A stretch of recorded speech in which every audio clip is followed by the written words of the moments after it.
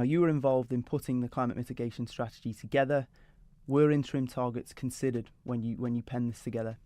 Okay, yes, you're absolutely right. So we brought through that climate change mitigation strategy in July 2015 with full support of Tynwald, and it was actually considered a few years before that about milestones, and I think that's a great idea. I think now's the time to actually get some milestones, some interim targets, if you like, so we can then see the progress and we can start to measure how well we're doing or how well we're not doing. But that's it. If you measure something, then you must get much better effects.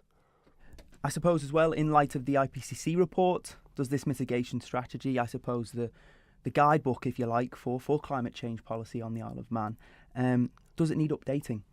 It's all about getting started, and we really want to show people that we've actually made a start and we've got clear direction. It's about leadership, it's about showing people the way forward and to enable them to make those decisions. There's some great things in that climate change mitigation strategy. Green tariffs, for instance, so you could actually give people the choice so they could actually then buy their energy, their electricity that's been produced from renewable sources. Give them the choice to actually give that green tariff. Are you calling for basically then we should be measuring our carbon output then as a responsible economy? I think it's fair to say that we're the only jurisdiction in Europe that doesn't have measurements and interim targets. I suppose this is something that you would like to see. You'd want to be, charting our progress. There was some measurements done at the time, and I think that is done on the international side of it, so we can actually see the Isle of Man's size, what the measurements are. But it's really about getting action into the strategies on how we can actually save energy, be more efficient, reduce our energy consumption, which in turn will actually save us money in the long run. In terms of milestones then, what would be a more realistic target then? Because I believe the people at the coalition, they're saying 2050, it's too far in the future. It's not achievable. It's not tangible. Yet, if we have a review, say every 5 years or whenever, we can have something and we're working towards. We can see our progress. What would be a milestone for the island? Okay, well, again, in the strategy, the first milestone was actually in the last house, so it had some action points to be done in the first year, and then now it's got some action points to be done in the 5 years, and there is commitment from Tynwald to review that every 5 years. So those cast iron reviews are already agreed, but what we could do with having is some targets. We could have some real targets around how many electric cars we actually want to have in 5 years' time, so we can really show people what we want to do. We could also have some targets around green tariffs.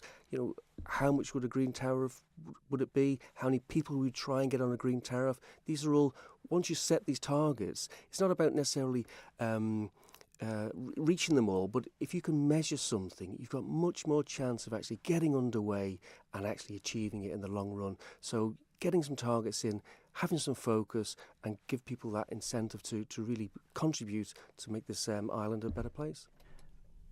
In regards to the IPCC, they have said they've given us a 12-year window or a 12-year time frame to act and change the very nature of our carbon economy.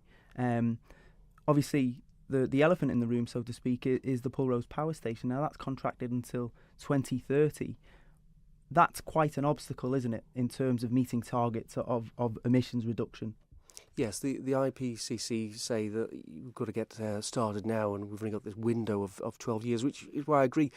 The earlier you get underway with this, the better it will be, the easier it will be to achieve that 1.5 increase in temperatures. So it's really getting started, and the Pulrose Power Station, it has got a life which is scheduled to be up until 2035. If we actually use it less, it could be stretched out a bit longer, but if we really want to get to the point where that power station is replaced with renewable energy, it's not going to help us if we carry on or replace that with another gas turbine. It has to be replaced with renewable energy, so we reduce our CO2 output. That has to happen if we reduce our target of 80% reduction by 2050. You're a member for Treasury, and the Minister for Environment said that there were perhaps financial restrictions in regards to implementing effective climate change mitigation. Will Treasury be considering more funds in climate change related policy? It's actually getting the ideas down. It's actually getting some inertia and some direction and leadership. That's what's required now.